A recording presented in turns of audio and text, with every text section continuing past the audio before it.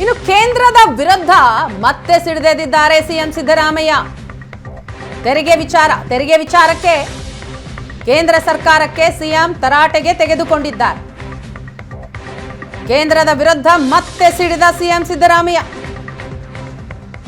ಅಮ್ಮ ತಾಯಿ ನಿರ್ಮಲಾ ಸೀತಾರಾಮನ್ ರಾಜ್ಯಕ್ಕೆ ಘೋಷಣೆ ಮಾಡಿರುವ ಹಣ ಕೊಡಿ, ನಿಮಗೆ 100 ಕೋಟಿ ನಮಸ್ಕಾರ ಮಾಡ್ತೇನೆ ಅಂತ ಸಿಎಂ ಹೇಳ್ತಾರೆ. ಭದ್ರಾ ಮೇಲ್ದಂಡೆ ಯೋಜನೆಯ 5,300 ಕೋಟಿ, ಫೆರಿಫೆರಲ್ ರಿಂಗ್ ರೋಡ್ಗೆ 6,000 ಕೋಟಿ ಕೊಡಿಸಿ, ನಿಮ್ಮ ಲೀಡರ್ಶಿಪ್ನಲ್ಲೇ ಹೋಗೋಣ ನಡೀರಿ. ಬಿಜೆಪಿ ನಾಯಕರಿಗೆ ಸಿಎಂ ಸಿದ್ದರಾಮಯ್ಯನವರು ಕೊಟ್ಟಂತಹ ಕರೆ ಇದು. ಶ್ರೀಮತಿ ನಿರ್ಮಲಾ ಸೀತಾರಾಮನ್ ಅವರು ಅಪ್ಪರ್ ಭದ್ರಾ ಪ್ರಾಜೆಕ್ಟ್ಗೆ 5,300 ಕೋಟಿ ಕೊಡ್ತೀವಿ ಅಂತ ಬಜೆಟ್ ನಲ್ಲಿ ಹೇಳಿದ್ರು. ಇವತ್ತು 21 ಫೆಬ್ರವರಿ 2024 ಇವತ್ತಿನವರೆಗೆ ₹1 ಕೊಟ್ಟಿಲ್ಲ. ಸಭಾಪತಿಯವರೇ, ನನಗೇನಿಲ್ಲ, ಅವ್ರ ಲೀಡರ್ಶಿಪ್ ನಲ್ಲೇ ಹೋಗ್ತೀವಿ ನಾವು ಕೇಂದ್ರಕ್ಕೆ.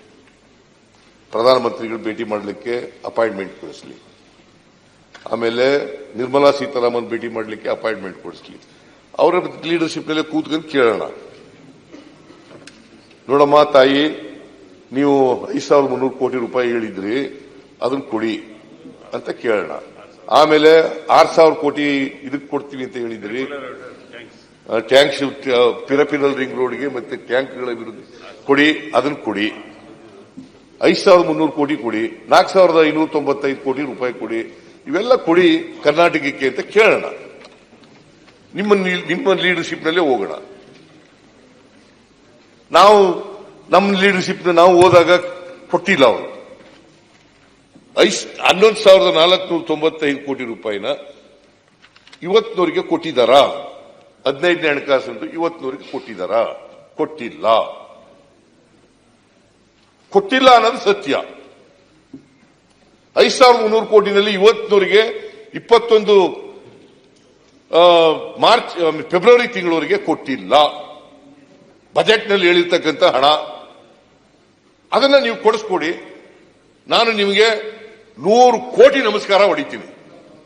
ಆನ್ ಬಿಹಾಫ್ ದಿ ಕನ್ನಡಿಗರ್ಸ್ 100 ಕೋಟಿ ನಮಸ್ಕಾರ ಹೊಡಿತೀನಿ. ಅದನ್ನ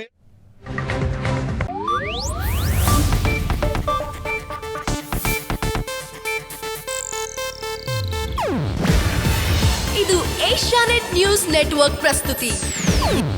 ನೀವು ನೋಡ್ತಿದ್ದೀರಾ ಏಷ್ಯಾನೆಟ್ ಸುವರ್ಣ ನ್ಯೂಸ್.